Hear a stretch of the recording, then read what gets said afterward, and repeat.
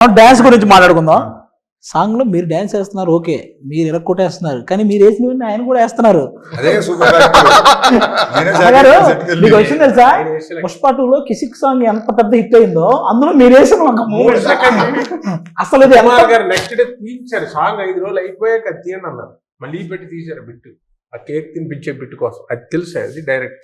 మేము ఇప్పుడు ఏదో సాంగ్ వేసామండి, అది ఏదో మా క్యారెక్టర్ వేసినట్టు అర్థం అయిపోయి అది ఎంజాయ్ చేస్తారు. కానీ ఇందులో ప్రొఫెషనల్ డాన్సర్ లాగా చేశారు మీరు.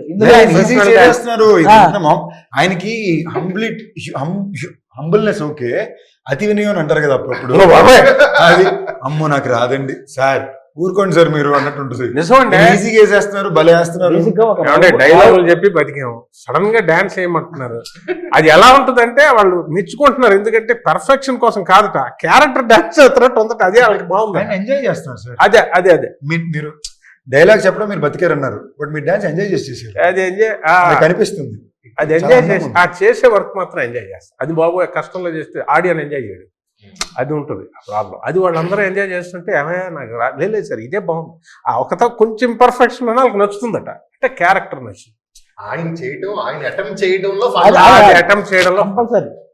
ఈవెన్ ధమాకాలో కూడా ధమాకాలో సెకండ్ హీరో వెనకాల నుంచి సడన్ గా డాన్స్ చేస్తున్నారండి, 2 చేస్తే కేకలేస్తున్నారు.